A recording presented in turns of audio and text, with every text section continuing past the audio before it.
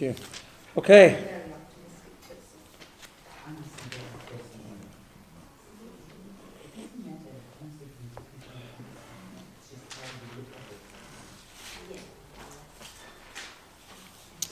Page 798.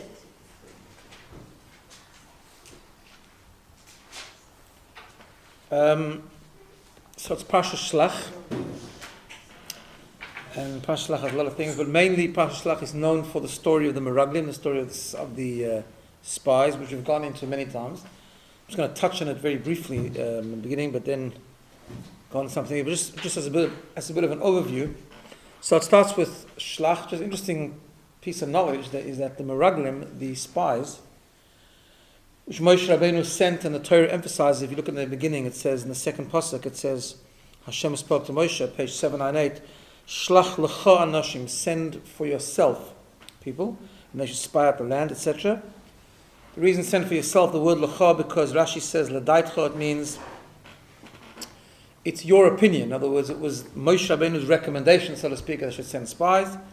Hashem said, you don't need to send spies, I'll just do it, it'll be supernatural, but they wanted spies, there was a bit of a weakness in their betachan, in their trust in Hashem, and so on. So, they sent spies, the spies toured for 40 days and came back the night of Tisha B'Av, and as you know, the Jews cried, and Hashem said, you cried for nothing, this will be a day of crying, and that was the day of Tisha B'Av.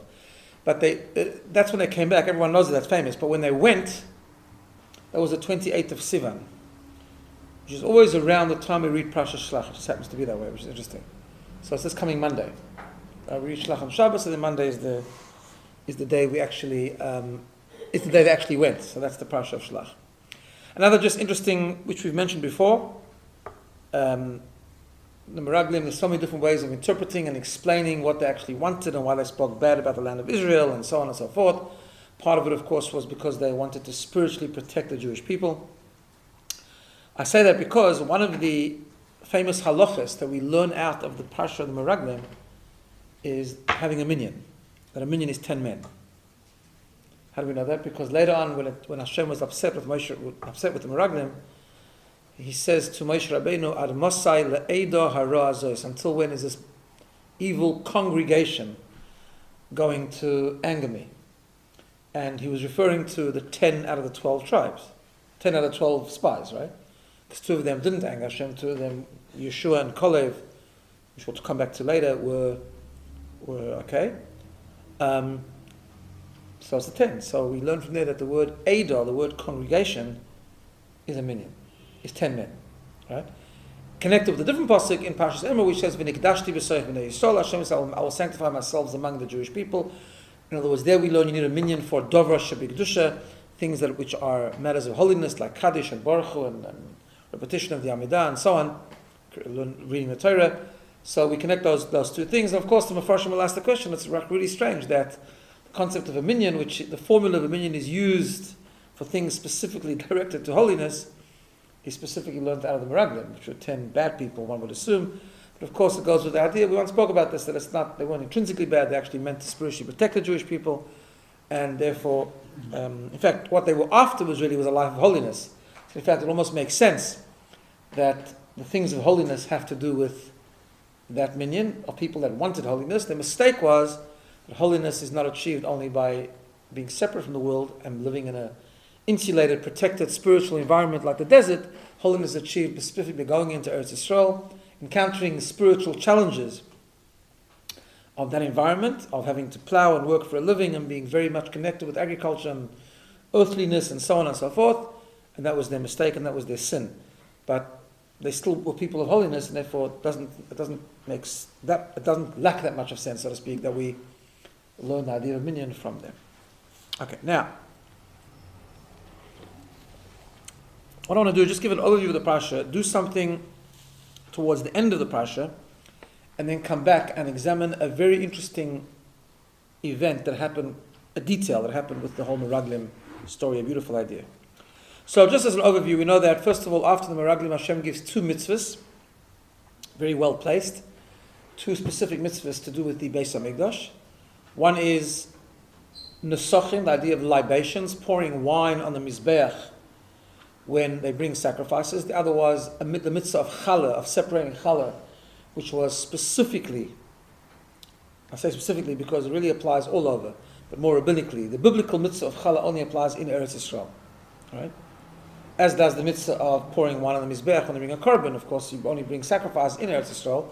And the Mefarshim explain that the Chazal tell us that the reason that these two mitzvahs immediately follow the story of the Meraglim is Hashem sending a message that you've messed up, you've sinned. I've now decreed to get you stuck here for 40 years, but you will come to Eretz Yisrael. Therefore, you will be able to do the mitzvahs. They weren't, because there was obviously an insecurity among the Jewish people. Maybe all was lost. Perhaps that they'd lost the gift or the opportunity of going into Eretz Yisrael. Hashem says, no, we'll be holding you up for 40 years, but you will get there. And how does he do that? By giving these two mitzvahs, which only apply in Eretz Yisrael. The Parsha then continues with the dinim of bringing a certain sacrifice, a sin offering, if a person serves idolatry inadvertently. You also have the story of Mokoshish Eitzim, the person that broke and desecrated the very first Shabbos very publicly and in defiance, and his punishment. And at the end of the Parsha, we have the Parsha of Tzitzis. Now I want to have a look at that a little bit. So if you go to page 816.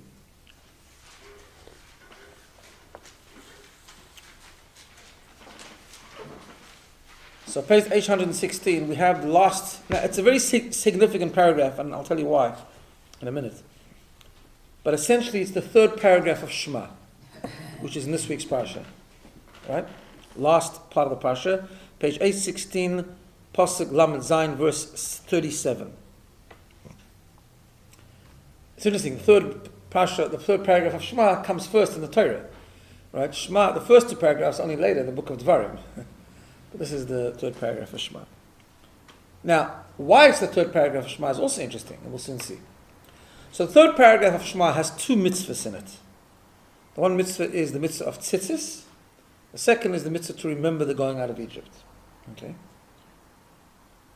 Now, that is why it becomes the third paragraph of Shema. First of all, the mitzvah of tzitzis itself is significant because the Torah looks at tzitzis as a mechanism to remember, to be as a reminder of all the mitzvahs, and we'll see why in a second. But that only explains why we do the third paragraph of Shema in the morning. Why do we do it at night? Because at night we know, Chazal tell us, Laila lav zman tzitzis. The night is not the time for tzitzis. Because we see later that the Pasuk says, so you should look at, you should see the tzitzis. And night is not a time of seeing. And therefore we know that at night one is actually absolved from the mitzvah of keeping tzitzis. Which is why it's a time-bound mitzvah. And that's why women are absolved and so on. But the Torah does say that Uzachartim is called mitzvah Hashem, Yeshua, all the mitzvahs of Hashem, which is why we have it as the third paragraph of Shema, but it doesn't really apply at night. So the reason we still keep it at night is for the second part of the paragraph, which tells us to remember the going out of Mitzrayim. If you remember correctly from the Seder, this is the whole famous dispute that Rabbi Elazar ben Azariah had with his colleagues. And Rabbi Elazar ben Azariah says there that although he's like 70 years, he still hasn't convinced everyone that it's important to fulfill the mitzvah of remembering the exodus from Egypt at night as well, until Ben Zoyma came with a certain pasuk and explained that it says you should remember the day you went out of Mitzrayim, Kol Yemei Chayecha, all the days of your life. Yemei Chayecha means the daytime. The extra word Kol Yemei Chayecha is an inclusion, and it means the nighttime as well. Yeah? So that was it, and that's the halacha, and therefore we do it at night as well, in order to remember the going out of Mitzrayim. You'll notice, just as a interesting in the structure of tefillah, right? You know that both at night and during the day, Ma'ariv and Shachris, Shema is surrounded by blessings, right? Called Birchai Shema, the brachas of Shema. In the morning, there's two brachas before Shema, one after. In the nighttime, there's two before and two after. You'll notice both in the day and at night, the bracha after Shema mentions somewhere in the bracha Kriyas Yam Suf, the splitting of the Red Sea. Right? You know that. Why? Because we are taught halachically that part of the mitzvah of remembering the exodus from Egypt is also remembering Kriyas Yam Suf, the splitting of the sea, which was the culmination of the exodus. Right? The exodus wasn't complete until the sea split and they were able to go by and the Egyptians were finally punished completely. And therefore, Kriyas Yam Suf was a part of the mitzvah of Kriyas Mitzrayim, which is why, after the third paragraph of Shema, both at night and at day, in different wording, because the whole bracha is different, we have the mentioning of the splitting the Red Sea, and it's specifically placed there to come after the third paragraph of Shema, just out of interest. Okay. Let's have a look at this parsha. Again, page 816. Pasuk Lamed Zayin, 37.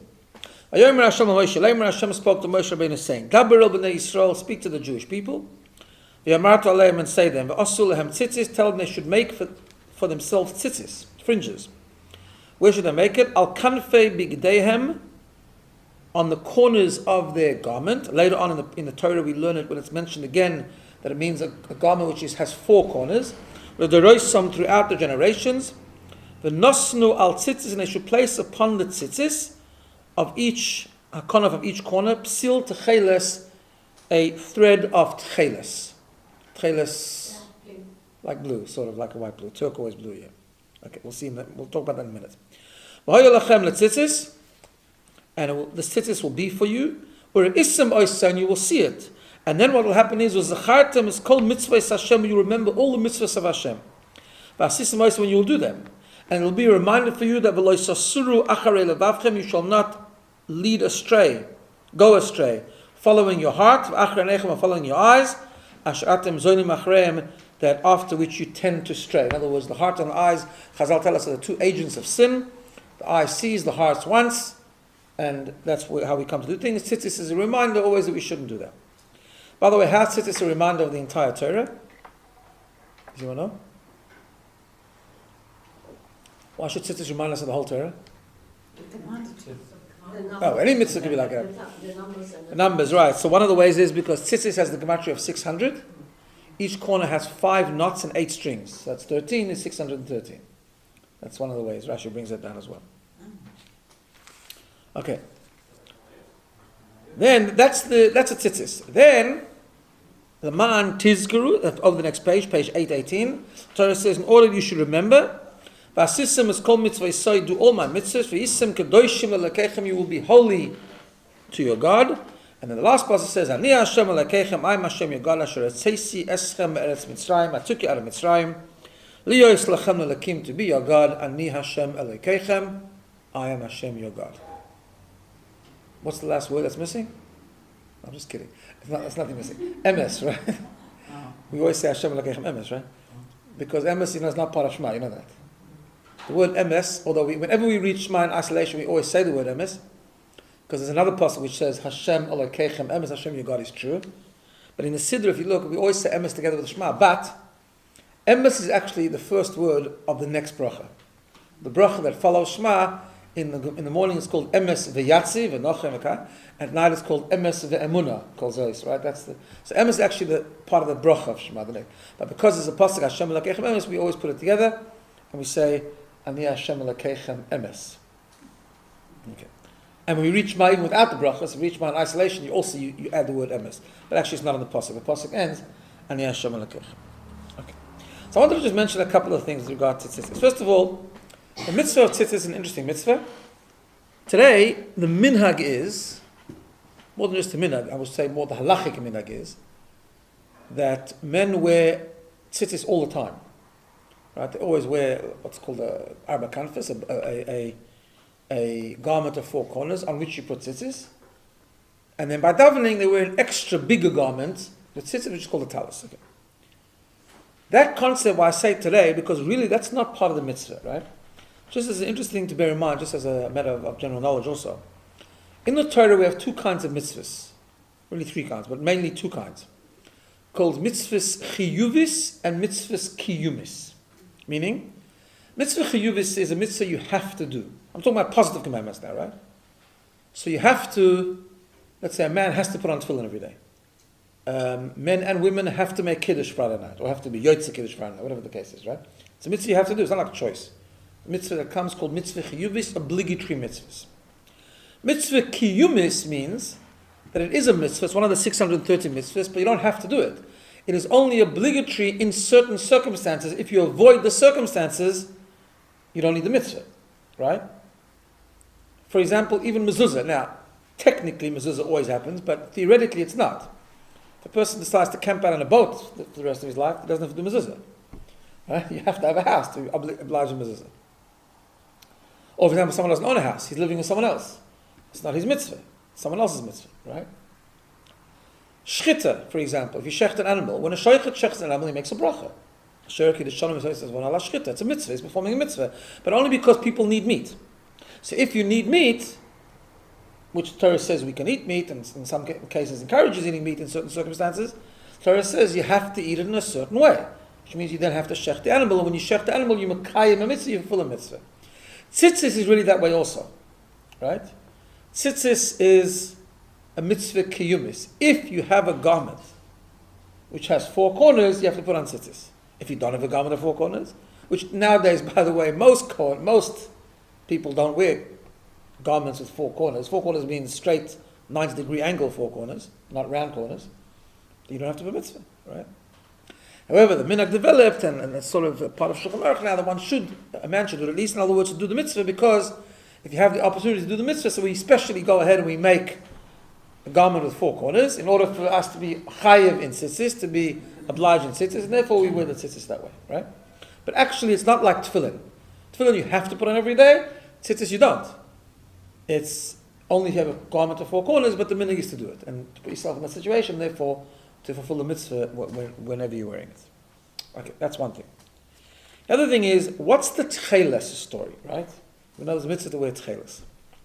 So this is a big discussion in its own right, but I just want to just share with you a little bit about it because interesting. It comes in this week's Parsha. So the Torah says you should wear tzitzis, and in the tzitzis, one thread should be tcheles, which means we have what's called lavan and tcheles, the white strings, and then one string, or 2 strings going to some, is dyed another color called tcheles. Now, first of all, there's a whole discussion whether these are 2 separate mitzvahs or really belong to one mitzvah, right?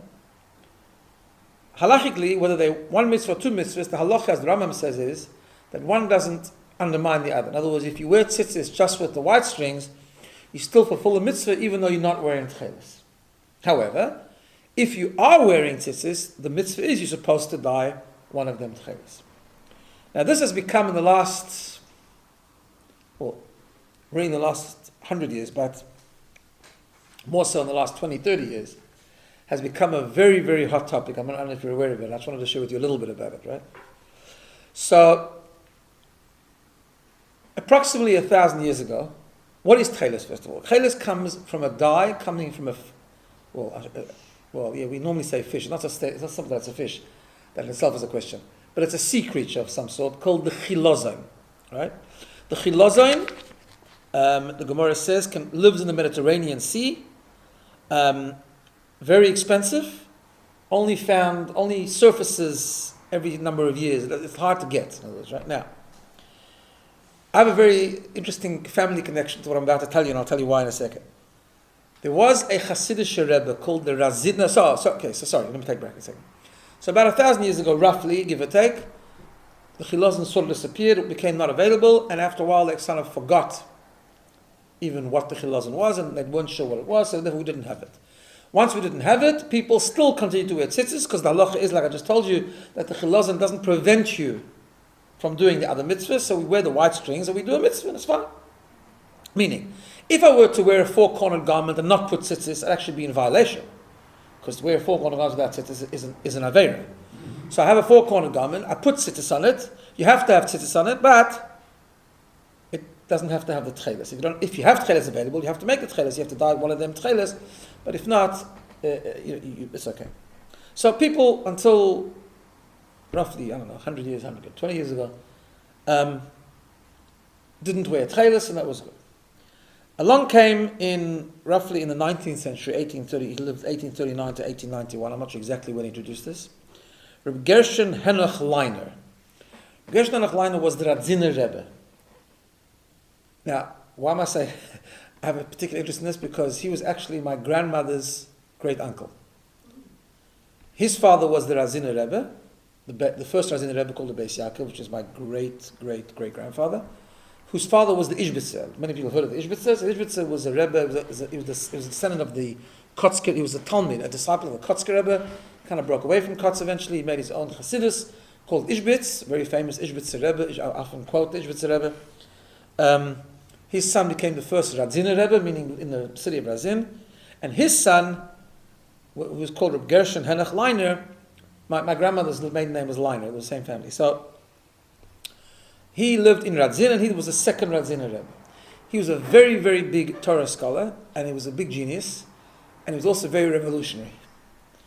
And he decided, in fact, he became known later as the Baal HaTcheles, because he wrote many Sforim on the topic of Tcheles.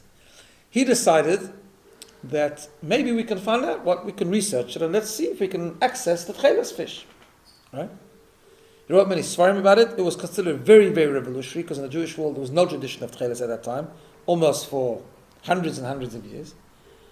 And he went and he sort of researched it, and he came up with a theory that I don't know these things at all, but that the chilazon was the cuttlefish, right? Some fish called the cuttlefish, which he had a whole proofs, and he wrote svarim in it and the whole thing, and he worked with a chemist because the Gemara does say it's not so simple you just take out the blood of this fish and it becomes the dye. It's got to be worked through. There's some process that has to go through. So this chemist worked with him and showed how you can produce this color, because the color was kind of known what it should look like. And he maintained this was tcheles, and all his chassidim started wearing tcheles. Later, however, now interesting enough, it's an interesting story, that most of the world didn't agree with him. Most of the religious world didn't agree with him. In our family, it's an interesting tradition, because besides my grandmother being a great niece of his, I'm just telling you this just out of interest, another great uncle married his granddaughter, which was much more close. In other words, he married his son's daughter, and he now had a problem, because in Chabad, for example, among others at the time, I'll tell you what the situation is now, but in those days no one agreed, no one accepted, except for the Radzin Chassidim. They all started wearing tcheles. He started manufacturing, they all started wearing tcheles. In Chabad it was rejected. Not only they didn't agree with the fact that it could be that it's not tcheles, there was an emphatic decision not to accept it, based on the Arizal.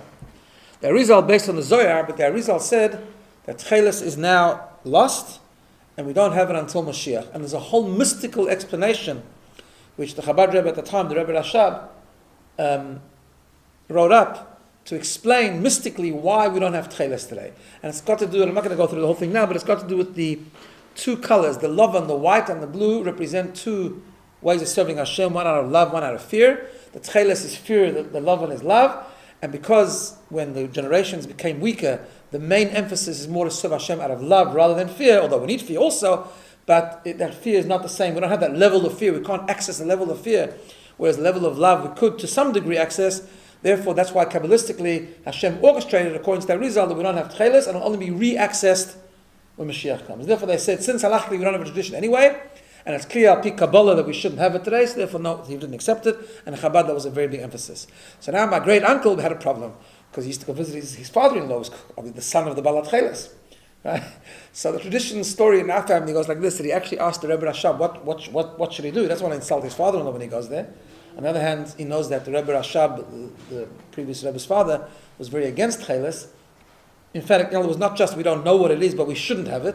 So what should he do? So he told him, very interesting thing, he says that, and the main question was his talus, obviously, because what he wore in his inner talus, no one can see, but so he told him that when he goes to his father-in-law, he should put on a talus with tcheles, out of respect, but he shouldn't daven, he should daven later. He shouldn't daven with a talus of tcheles. That's how strong he held. But he shouldn't be disrespectful either, so that was the balance, that was how he had it. Okay. The problem was, anyway, that there was a chief rabbi of Israel called Rabbi Herzog, who was chief rabbi of Israel or Jerusalem, I can't remember now. Hold on. Let me see this article. Well, I think the Israeli chief rabbi, from like in the 1950s, just after the state, I think. And he had a doctorate, and his doctorate was in researching the tcheles. He was inspired by the Radziner Rebbe, but he proved that the tcheles that the Radziner Rebbe found was wrong. Why? And he had many, many solid proofs. And it appears from all his research is that actually the Radziner Rebbe did make a mistake. He started the process of this whole quest for looking for tcheles, but it looked like it was a mistake. The Razina Chassidim today don't accept that. They still wear his tchelas. But it made a mistake because, number one, the process which the chemist used, or the chemicals that he put into the process to make it blue, you could do with anything. So therefore it wasn't there. You could do with any extract from any fish. Secondly, there's a whole thing, it didn't withstand the test. The Gemara says that the tcheles, the Gemara talks about another dye that's very similar to tcheles, called kolo ilon. It comes from a tree or something, and the Gemara says that one of the ways to tell tcheles apart from the other one is if it will dissolve in water. Tcheles is rock solid. Once you dye a thing with tcheles, it's very hard to get out. You need a lot of intense sort of chemical stuff to get it out, otherwise it stays. The other tcheles is easy to get out. It's more like water paint. And the tcheles that the Razina came out is much easier to dissolve, and it didn't seem to withstand the test. Anyway, he went into a whole research to find what it is, and he came with and this is a subject of a very long shiur. In fact, we had a shiur on it over here on Shavuos night, given by someone at 1 o'clock in the morning, who produced all kinds. I mean, it's a very, very long discussion. But the bottom line is, he came up with a concept that it's the Murex trunculus. It's a snail. It's actually a snail, and it fits a lot of the midrashim, and it fits the Gemara. There are questions in it. He had a little bit of problem with it because it wouldn't turn the exact proper blue. Until later on, now there's a whole institute in Eretz Yisrael, discovered the secret that all you need is sunlight. When you put it in sunlight, ultraviolet, in other words, in sunlight, it actually turns the perfect color. And therefore, today, it's now starting to spread. The last couple of decades, it's starting to spread, and many communities have started wearing tcheles. They manufacture the stuff, it's very expensive. Many communities have started wearing tcheles. Many communities, however, have rejected the tcheles under halachic grounds. Either because we don't have a tradition. If you don't have a tradition, that means we don't accept unless Mashiach comes and tells us that's the right one. Others more based on the Kabbalistic idea, as I said before, because we don't have tcheles until Mashiach comes. But it's interesting that many communities are wearing tcheles. I don't know if you've ever seen it. Many people in Sydney I've seen wear. Yeah, I've seen it. Yeah, sure. So that's what it is. So what they do is they call it Herzog tcheles, as opposed to the Radzina tcheles. The Herzog tcheles seems definitely more accurate, particularly using the method that they use now with sunlight and so on. So it's a very interesting. Is it a snail, a sea snail then? Yeah. It's a snail that's found in the shores of the Mediterranean. Yeah. That's why I was confused when you said fish, because I always said it was Right. a It's snake. always So because it's a sea creature. Also, the cuttlefish is, I think, quite a common fish. Yeah. It can go with the whole. That was part of the problem, I think. Yeah. Whereas I don't know how to pronounce the thing. The Murex trunculus is not, and it's hard to access and it's hard to fish. So there was a lot of things. So in the last couple of decades, more and more people have reached, more and more even halachic authorities have reached the conclusion that it is the correct cheles, and therefore we should be using it. If it's available, we should be using it. Others disagree and don't do it, and everyone, of course, needs to contact the local Orthodox rabbi to see what to do. But both views are obviously legitimate. Okay. All right, so I just thought I'd share that with you. It's an interesting topic, so I thought it's part of the Parsha. It would be interesting. Now, let's go back. Let's shift gear and go back to the beginning of the Parsha.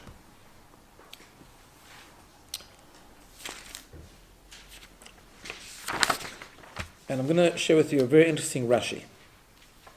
Beautiful Rashi. Page 802. So the spies come back.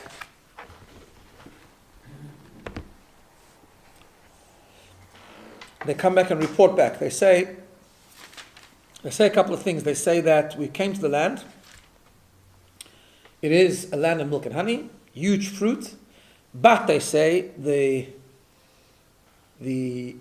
people are very strong. Fortified cities, very hard to conquer. We saw giants there. Also, Amalek, they said, which is interesting to mention. Amalek dwells in the south, not quite in Israel, but they're on the way. Also, the Yebusites, the Hittite, they're all in the mountain, like also sort of on the way. And it's very, very hard. And this, as soon as they open their mouth, everyone can see where this is going. They're trying to say this is not a land that's possible to conquer. Suddenly, on page 802, Pasuk Lamed, right? 30.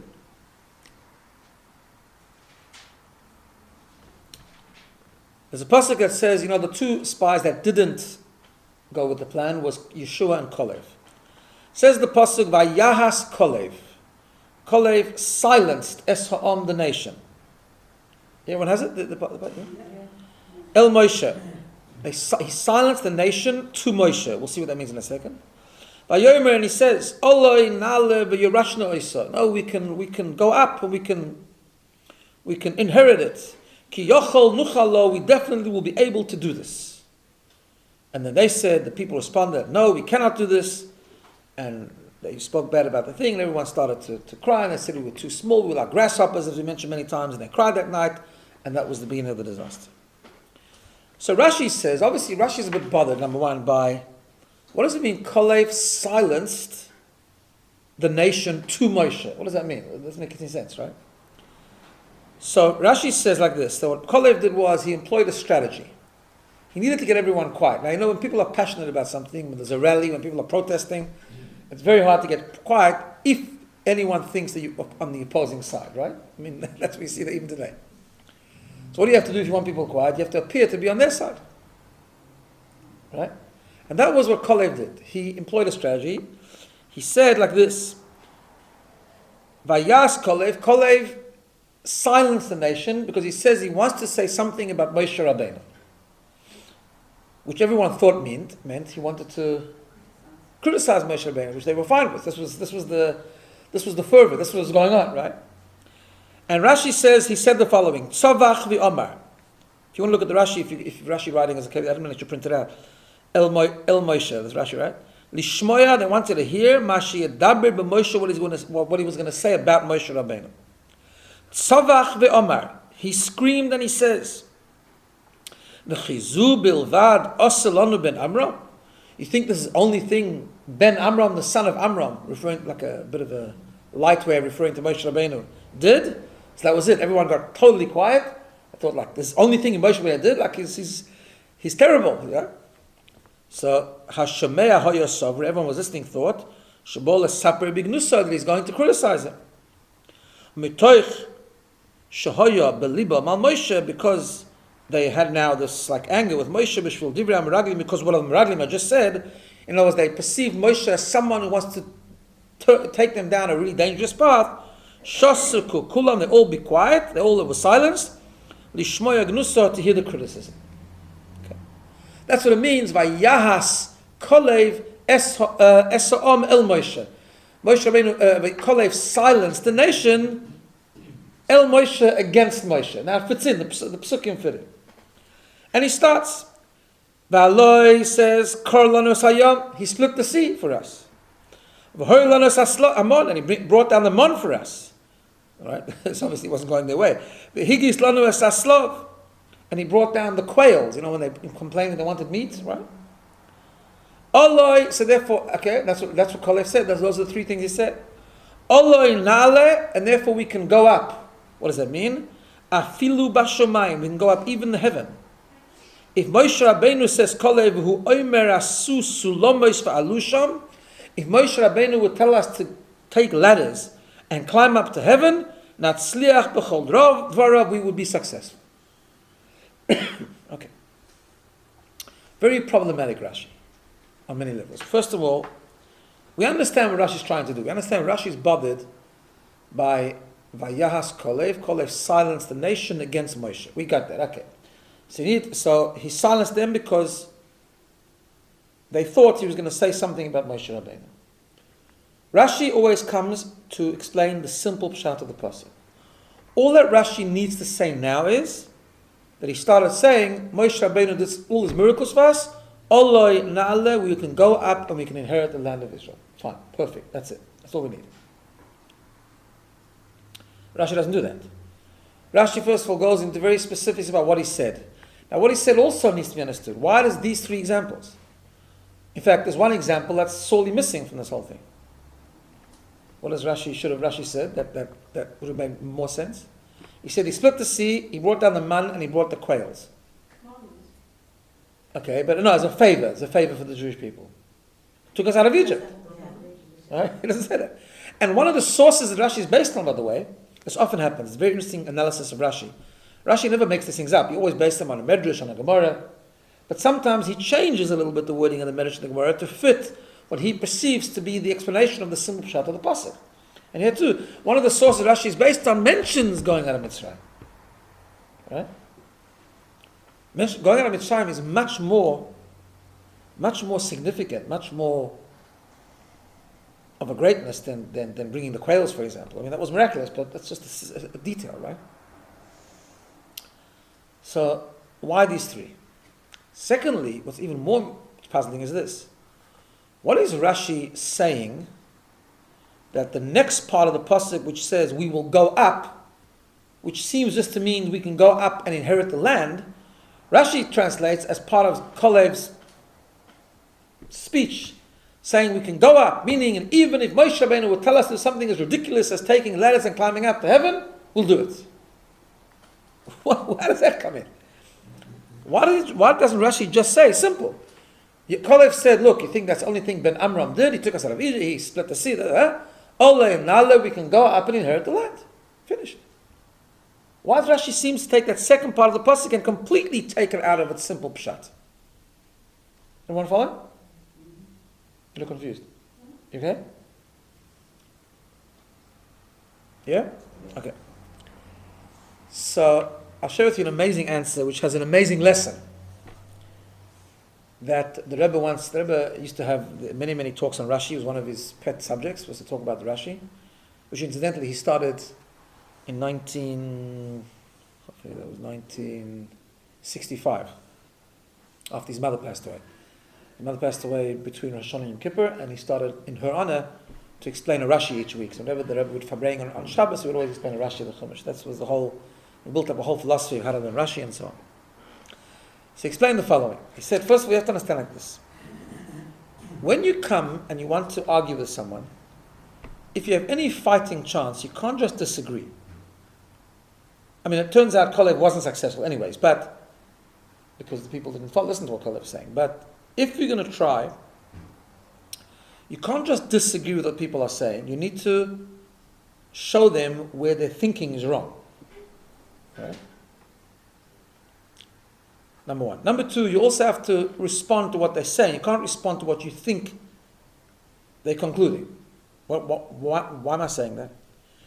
If you look at the words before Vayahas Kalev, nowhere does it say that they can't conquer the land of Eretz Yisrael. So far, all that happened was the Meraglim reported. All they said was, it's a land of milk and honey. It's a great land, but, they said, but, you should know, it's a strong land, it's fortified, the people eat the inhabitants, we were like, etc., etc. They didn't come to any conclusion. The conclusion was obvious where they were going.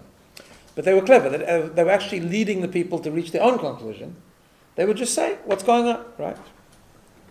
So Kalev actually wasn't going to say, he wasn't responding to whether you can conquer the land of Israel or not. Because that wasn't what they were saying. Right? Because if you would have done that, they would have said, we didn't say anything about conquering the land of Israel. Right? That's how it happens.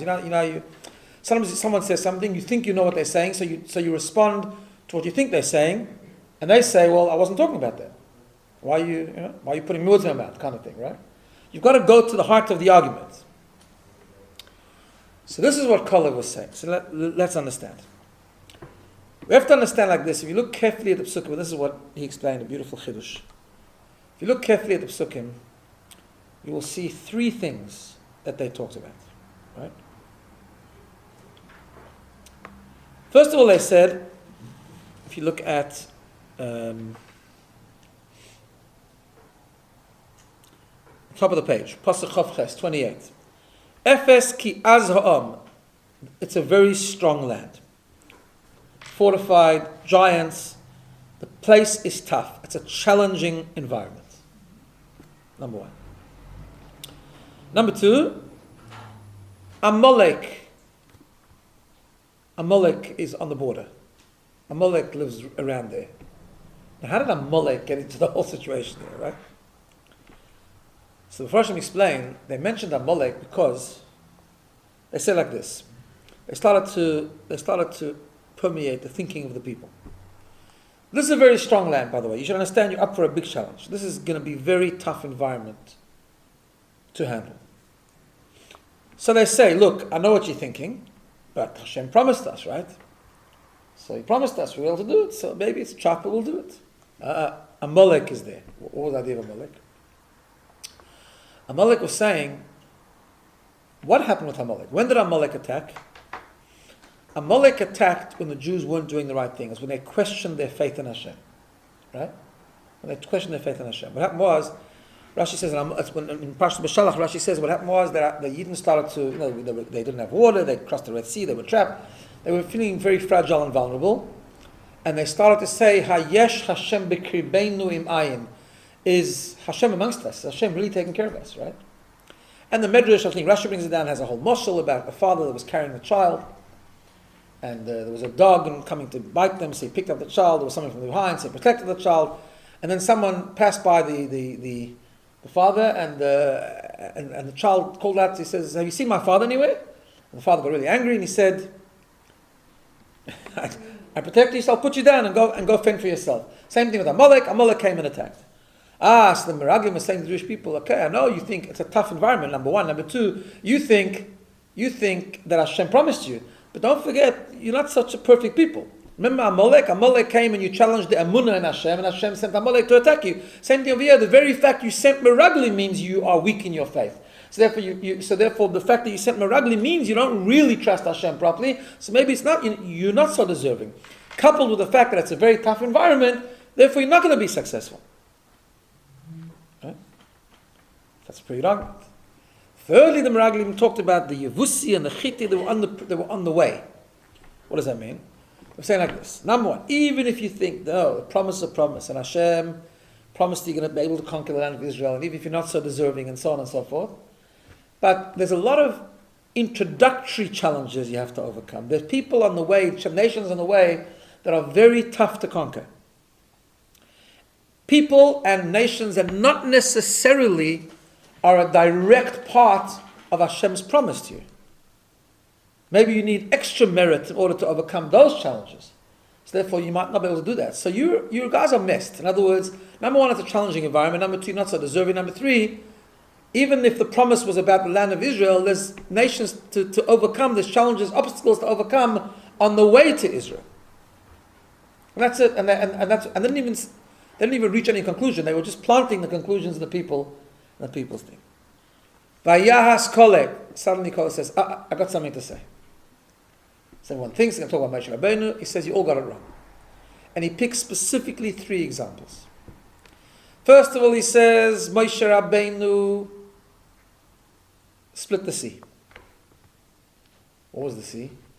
The sea was the most challenging environment. When the people came to the sea, they were completely trapped. There was nowhere to go. There was a sea in front of them. There was the army of the Egyptians directly pursuing them to attack them. Much worse than Egypt. Egypt, they were slaves, but they were there. No one was attacking them. No one was annihilating them. I mean, the exodus of Egypt was miraculous, the 10 plagues and so on. But not this kind of thing, where it was the most challenging situation the Jews ever found themselves in, was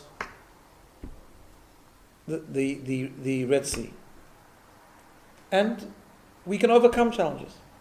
Not a problem. So it's a challenging environment, so what? Moshe Rabbeinu still split the Red Sea. That's why I picked that example.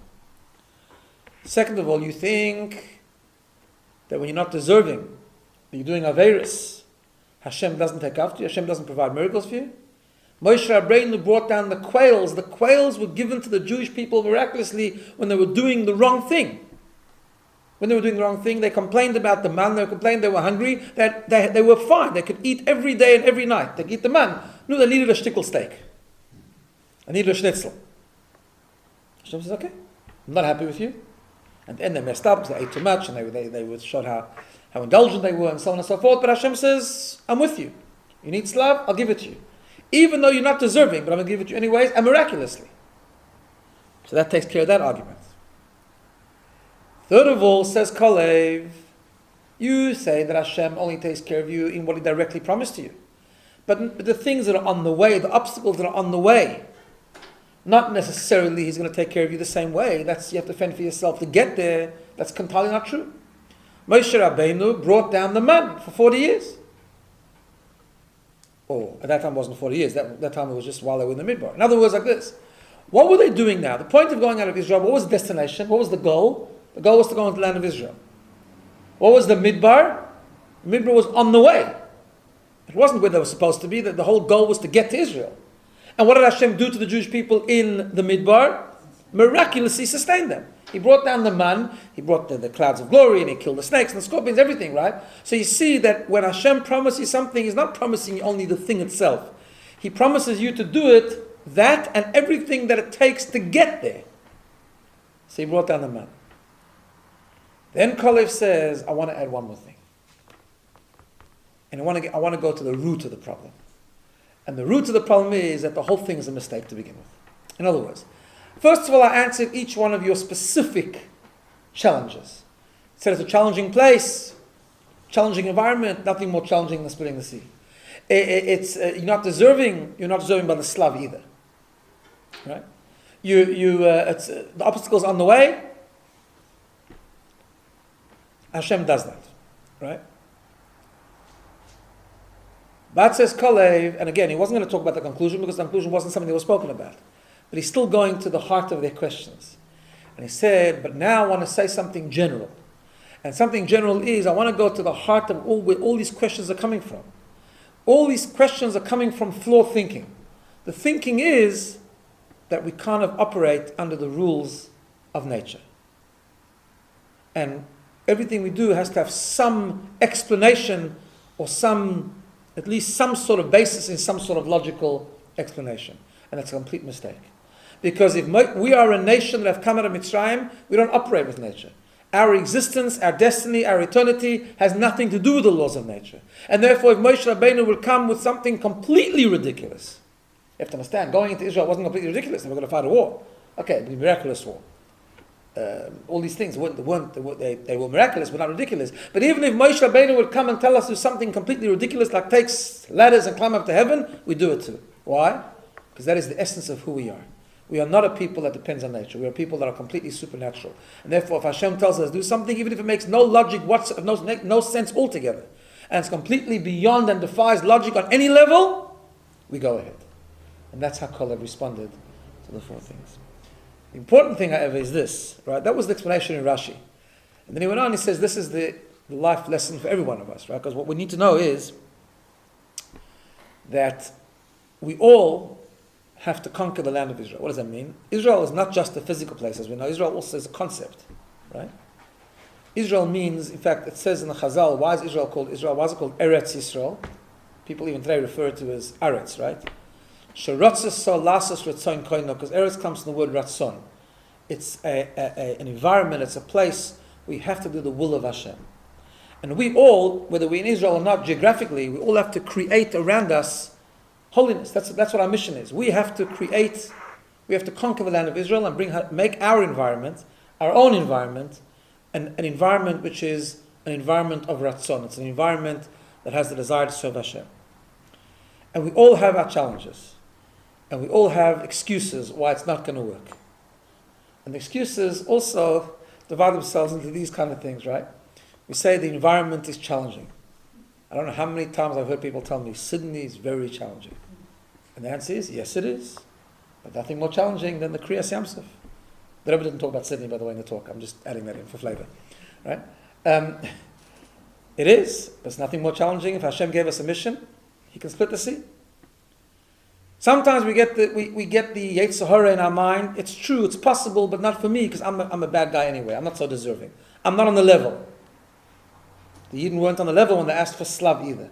If Hashem provides His assistance. And sometimes we say, yes, okay, the mitzvah itself, the kedusha itself, the holiness itself, I can do, but there's all those challenges on the way. To get there is hard. Hashem brought down the man for 40 years in the midbar. He allows you to get there. And then we have to tell ourselves that the whole thing is a mistake anyways. We have to remember that all these questions, all these excuses come from the wrong frame of mind. It comes from the wrong paradigm. It comes from the paradigm that we somehow have to operate within the laws of logic. So we have to remember what Kalev said, that no, we don't have to operate in the laws of logic. Because if Hashem tells us through Moshe Rabbeinu to take ladders and to go up to heaven, we can do it too. Because anything that Hashem in the Torah tells us to do, we can do. In other words, the response is not if, but how. In what way?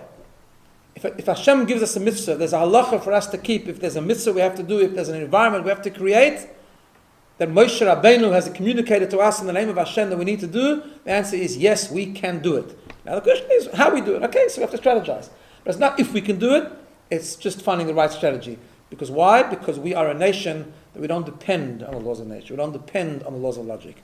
Olei nale, if Hashem tells us to create letters and go up to heaven, we do it too. And that's the fundamental paradigm that we have to shift, and then those other excuses fall away automatically. And that's Kalev's response to the Meraglim. Okay. Have a good day.